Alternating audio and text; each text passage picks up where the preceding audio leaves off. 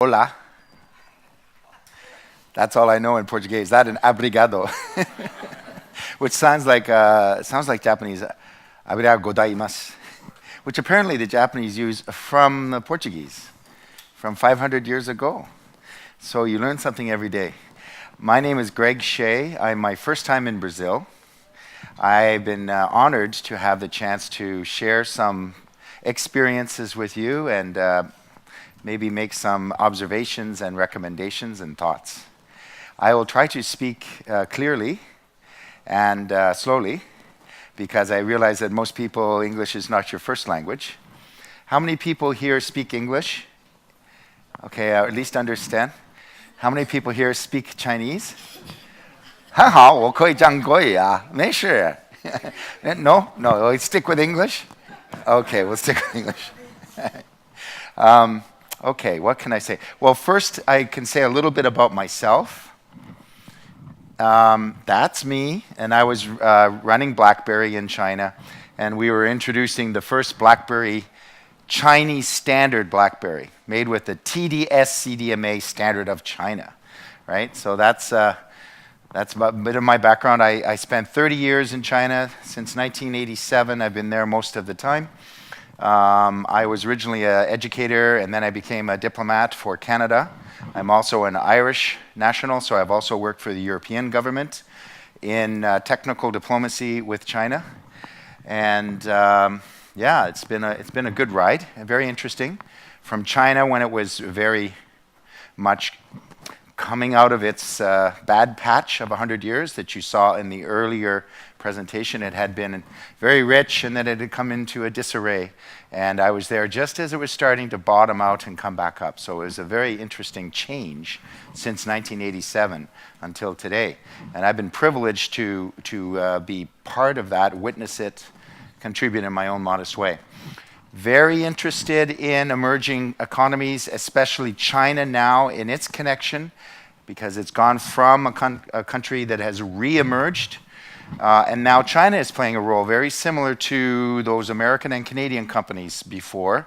Now they're Chinese companies like Huawei and Bank of Commerce and Tencent.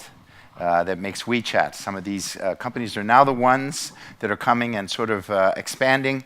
And I was originally working with foreign companies and interests coming into China, and now I'm much more involved in working with Chinese as they 走出去, as they go abroad.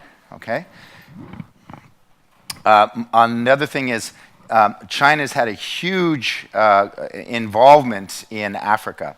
So I've been involved a little bit in that as well in the last 5 to 6 years, working with startups, working with technology companies, bridging Chinese and African economic possibilities.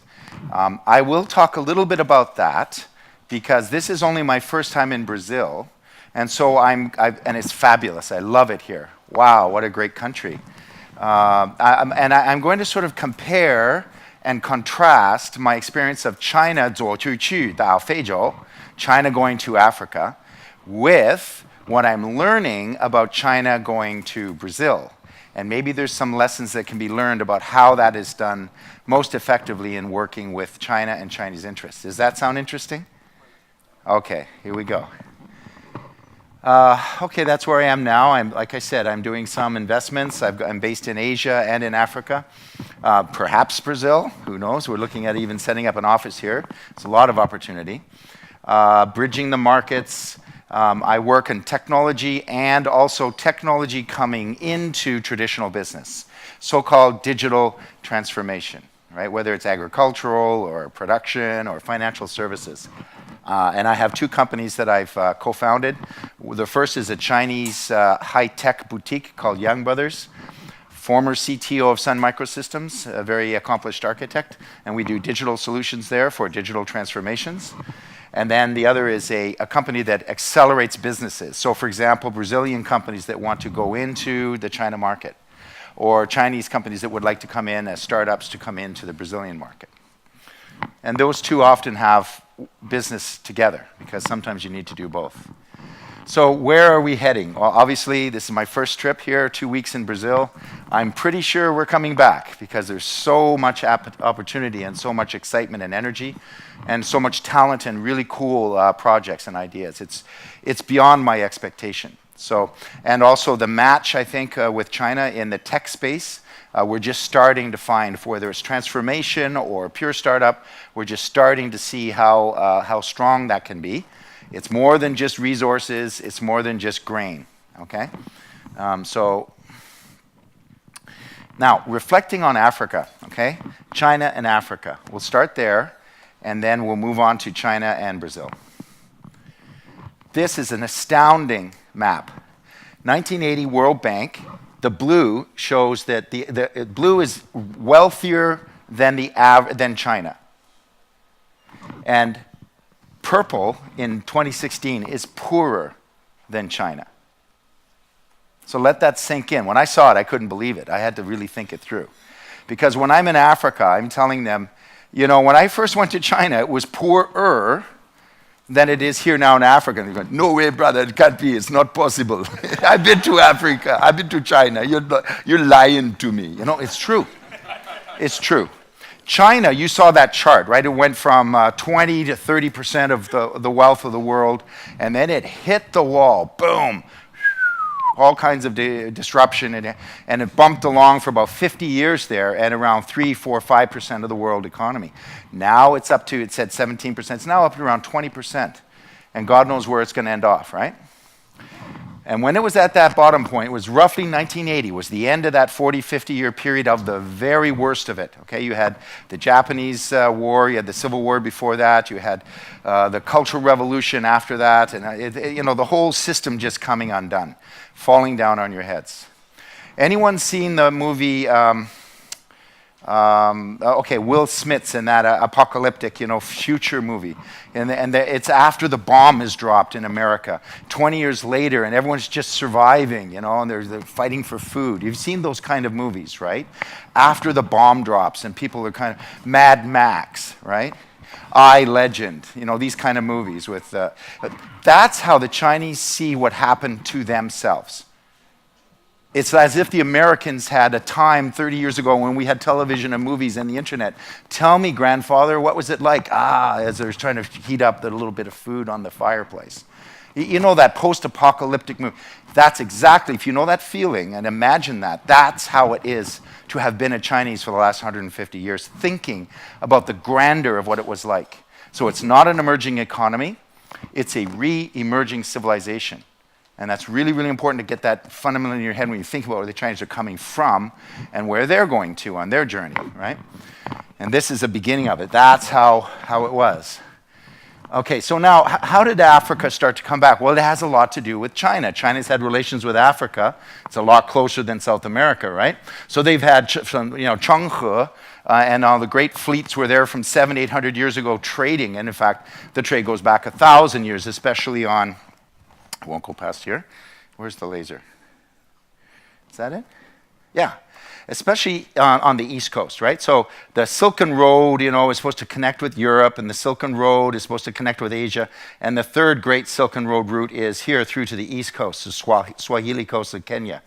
And that's been happening, okay? So in the last 50 years, China has been heavily involved. Even when it was poor, at that low point, was 3, 4% of world economy.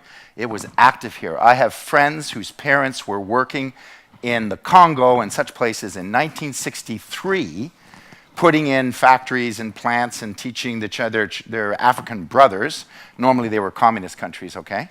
They're teaching them how to do production and so forth. So this is not a new story. China's involvement in Africa is intense for the last 30, 40 years. Now we see the results of it, but it's got a long history, okay? So here's basically the deal, right? So out go the resources, and in comes the money, the infrastructure, hospitals, schools, facilities, businesses. Does this sound roughly familiar? Yeah, kind of familiar, right? However, with all that investment coming in, not always does it work out so well. This is the amount that is owed by various countries. You know, in this case, Angola, it's a huge number.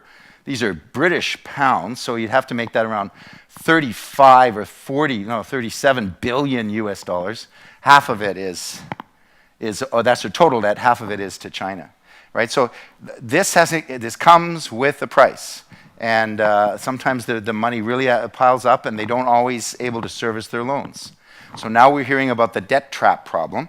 The Chinese are doing it in the way they do in China. They mean well, and they come in and they establish the relationship with the government and with the industry and with the state banks, and they try to reproduce that in Africa, and the Africans go, yeah, sure, I'll sign up. And then, of course, probably in their heart of hearts, they're thinking, maybe I'll have a hard time paying this loan, but we'll sign up anyway, right? So now 5, 10, 15, 20 years later, we're into this situation the last year or two where we have the debt trap and it's becoming a big issue.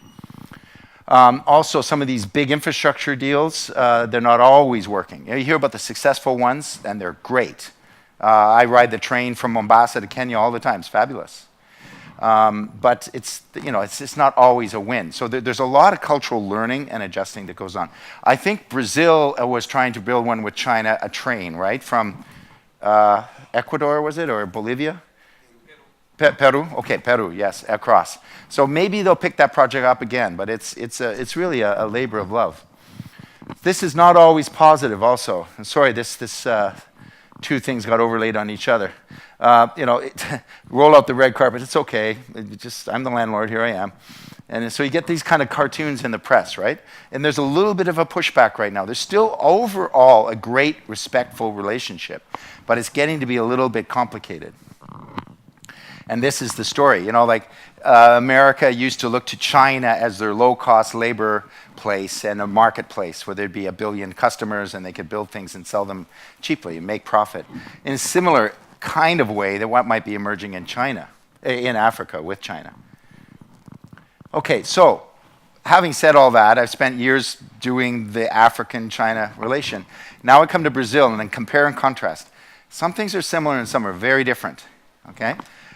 Where is Brazil going? Well, it's very interesting couple, right? They're part of the BRIC together, but boy, they're very different in some ways, right? The ultimate Eastern culture is China, and it's in the Northern Hemisphere.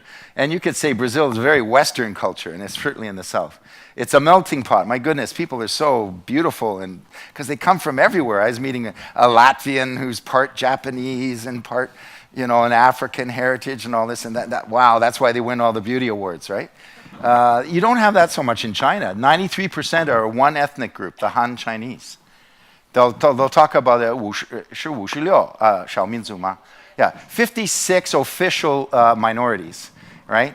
The one minority is called the Han, and they're 93%. So yeah, it's a mixed culture, but not quite like Brazil. I think that's really mixed. Another one is, this is 500 years old. That's a pretty fair long chunk of history, isn't it? Well, to a Chinese, they're going, 500 years? When's chapter 2? All right, so there's a very big difference there. This is very much a very robust, faithful, many different Christian and other kinds of religions. And China is officially atheist, but unofficially, you could say Confucian. It's starting to come back. And that's really a philosophy. It's a philosophy of public order and governance. Religion is there historically in Buddhism and some Islam in the West, and even little bits of Christianity, but it's very much okay, you guys, that's all right. Let's just keep it nice and Confucian, and it's a social philosophy. So there's so many ways that these two countries are and nations are different. Large extended families, China used to be that. 这是27年前吧，差不多. They started with the one-child policy. So the society is really very, very different now, right? 4 grandparents, 2 parents, and 1 child. The 小皇帝, the little emperors, right? They're running around at 10 and 15 years. They're around 20 years old and 25. So that divide in the society is quite a difference. You could say Brazil is a democracy, maybe too much of a democracy, right? And they don't really have too many issues with too much democracy in China just yet, right? And also at every level, I hear there's so many lawyers here, right? And so many things happening because you have many levels of government and you have all kinds of complexity, right, in terms of the political process. And here, I'm not saying it's simple, but it is much more orchestrated from the center. And that goes way before Communist China. That goes back through the thousands of years of history, from the imperial order. There's this much greater integrated sense of way to put your culture and society together. Okay, so having said that, I was surprised when I came here and I started researching a bit just how much connection there is. And it's much younger. It's only 200 years, right, of relationships here. But it's something else. My goodness, it's the largest trade partner for Brazil, of course, is China. But when you look at another level, even in the interior and, you know, pretty much half the country, it's all about China. So it's not like just in the major cities, you know, Sao Paulo and Rio, it's a big Chinese thing, and everywhere else they don't know about China. No, this is really quite a profound relationship. And here are the things where I think that are kind of similar, and which make for an interesting combination effect, right? First, the economy, major country in each region, mixed with a heavy government industry policy. Brazil has that, as does China. They do it in different ways, but it's a similar approach. And large, almost self-sufficient markets. So in Brazil, when you have 220 million consumers, that's a pretty critical mass. You can really start to build capabilities just in your own market. And now, this is how these synergies help with these new political and economic groups to help redefine things in the post-Soviet American and then the post-Pax Americana. We all know that we're moving in another direction. And China and Brazil, through the BRIC and other things, are kind of helping form that. Now, I'm going to quickly go through the history because you guys know your own history, but for me this was helpful. And then see some trends and then see where we may go when projecting into the future. This is striking. In the 1800s, you know, 1812 was the first envoys sent, or sorry, the first Chinese migrants came to Rio, and then the other waves of them came mostly involved in labor. And then there was an effort with the end of formal slavery, there was a very strong effort to try to get the Chinese to sign deals to do indentured labor, but they were rejected. The Chinese would not do it, right? So this was a kind of not a very robust relationship, illustrating that really the China-Brazil relationship is pretty unidimensional up until maybe 50 years ago, unlike Africa, which has a lot of history to it, right? So here we go in the last century. Yeah, not much happening. This is the Civil War and the Communist Revolution, and Brazil, of course, was aligned with the West. Nothing happening. 74 relations. And you started to have some cultural exchanges, but nothing really significant until 1992. This year is what I always think of as the year when China finally got its mojo. 92年是邓小平去南边. Okay, so there was the Tiananmen Square. You remember that, right? And Mao died in 76. And then there was a bumpy ride. Is it going to be more like traditional like Mao, or is it going to be more liberal? And there was a struggle. And it went on for a long time. Tiananmen came. We all thought, oh my God, it's going to go backwards. But Deng Xiaoping, the very, black cat, white cat, as long as it catches mice, Deng Xiaoping, finally consolidated his position. Guess what? In the exact same year as your strategic partnership was announced. And since 92, it's been that 9 to 10% every year, since 92. That's how recent China's rise is. Remember Africa richer than China, 1980? Probably you didn't see that flip until China becoming a little bit richer on average than Africa until roughly the 90s. So we're looking at history in fast forward when it comes to China. Okay, now that policy, which was set out by President Franco, was continued by the next regime, Cardoso, and very much so with President Lula. In fact, you could say that's when it really got into high gear. It doesn't matter what political party you're from, it made sense, right? Get into the resource trade. China had hunger, it's the hungry bear. I need iron, I need food, I need oil, I need. I'm growing like crazy, and we have, right? African story is similarity. But in fact, I would say the trade, as much as it doubled from Africa, it went up like 6 times in 7 years from Brazil. And that's just absolutely staggering, right? And these are not small numbers. And you're moving gradually up market to higher value added. Lots of exchanges. One year, I think these two gentlemen met 8 times in 1 year on the margins of all kinds of summits. So really a very intense and productive relationship. You even see the reserve currency now is you have some renminbi in your treasury. So this is becoming, here's all the stuff in the sectoral level. Earth satellites, infrastructure projects, ports, energy infrastructure, transport, trains, electrical transmission into power, Embraer and the beef going the other way. And now in 2009, the largest trade partner. And on the political level, again, China and Brazil lead the BRIC. I don't know if you know that Brazil is the second largest financier of the BRIC. China puts in about 40%, Brazil puts in about 20%. So between the two of them, they're really driving this whole political project. And we had a wonderful presentation on energy, especially in nuclear. You can see the energy cooperation is really quite mature. Billions of dollars going in. China Nuclear here with the Angra 3 project. I think it started with the Germans in the 70s, right? And it was kind of late and just sat there half finished. And now it's going to be finished off, right? Solar industry, lots of things happening right across the board. Lots of activity between China and Petroleum and Petrobras. Natural gas, these are huge projects. And then, now, is it going to stutter? Are we in a point of a reconsideration? Is it, what's happened in Africa going to be an example of what's happening in Brazil? Or we need to be concerned about this, where there's like a the perception of debt traps and awkwardness? Well, we shall see. But it's interesting that there's now much more in recent months, much more kind of stay the course kind of language coming out. And it would seem that maybe that was more for, as it often is, in a political election, to rally your base. And where it really goes, it's not clear to see. One thing now, I'm going to shift to some recommendations about how Brazil, roughly speaking, is similar to Africa, right? Resources and so forth, trade for money and infrastructure coming in. But it's very different in another way because Brazil is one country, not 55 like Africa. Brazil's average education and capabilities are far, far greater. It's much more towards a fully developed economy than is the case in Africa. We have some islands of relatively developed in South Africa, in Kenya, and places like that. But yeah, there are other places that are really kind of falling behind. So how is it that you can play differently than the Chinese have been playing with the Africans, being a unified country with some very strong capabilities? Well, I would say, first of all, take the tech that has really powered the Chinese Revolution. It's all about technology. That's another talk that I give. They jumped all over this thing called the internet.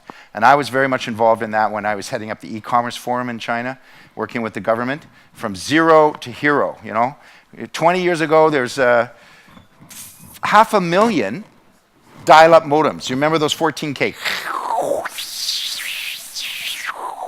You've got mail half an hour later, right? That's what it was 20 years ago. Mail 网络.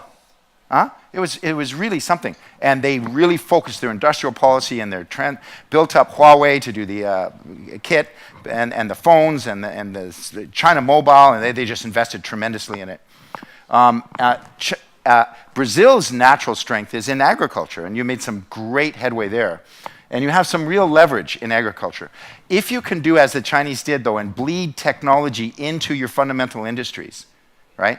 Start to do value-added systems and maybe more smart e-commerce, electronic markets, as well as in the biotech side and the product development, you're going to be doing very much better, and you will attract investment from Africa, or from China, rather. Here's an example of that. Okay, so we all know the story of soybean booming up, right? And it's even taken over from the US. Now, that's maybe because of the trade war. Who knows how much you can rely on just selling the raw product. But if you can start to add technology and go up value, you can attract some of this incredible increase in ag tech investment coming out of China. Where was China investing in agriculture 10 years ago? Where are we now? There, 0.3. Where is it today? 3.3, 11x. And those are billions of dollars annually. And what is one of the food superpowers in the planet? Brazil. So that's a way to play with the Chinese. And remember, think about it now about value add, new technologies, new efficiencies, new product development. And where are we in overall investment from China in Brazil? Heavily in the energy sector. That makes sense. We saw that last presentation, mining, gas, energy. There's quite a window here. That's agriculture, only 4%. So you combine the last slide with this slide, and that, I would say, is a really ag tech, biotech. It's a massive area. Makes a lot of sense. And even in related health, you know, vaccines and serums and such. Brazil is a very strong base of capability there. So this is how it could work, right? You've made great progress in your agricultural production. This is where the money comes into the R&D, ongoing reforms, infrastructure improvements. All of these areas is where you could take some of that Chinese money and put them in there in joint ventures. Then you're going to see triple, quadruple, 5, 10 times your overall economic output coming from the ag sector. So another example is e-commerce. Brazil is actually a fairly large market in e-commerce. China is by far number one. But this is another area, and I work in that space. There's some very capable Brazilian retail and mobile commerce plays that are out there. And again, by setting up development teams in both countries, you can start to build bridges that add a lot of value and efficiency to your business. And these are the lessons learned. Think of new ways of cooperating. Think of moving up value, strengthening your product and services. Instead of just assembling kits, you should be going into joint R&D teams, benchmarking from the amazing Chinese experience, adjust it to an amazing Brazil experience. So this is, again, new models. Here's an example. In China, one of our clients moves a lot of coal, okay? And they are thinking always, hey, we're putting blockchain onto this coal. And that's what my tech company does. We did a blockchain solution for the largest coal movement in China. They got to thinking, hey, now we really know the status of that movement right to the millisecond. Let's see if we can go to the bank and establish that commodity as collateral for trade finance. Guess what? They are now a trade finance company, and they're making 2% of all the value of the money that they're moving through. So they're moving $100 million worth of product. They're getting $2 million for providing the trade finance on the blockchain. They're not just simply guys carving out the coal and putting it on the logistics and moving it to the other end. They've tripled their margin, their profit margin, by thinking a little bit out of the box and using new technologies. Brazil in a position to do such things? Absolutely, right?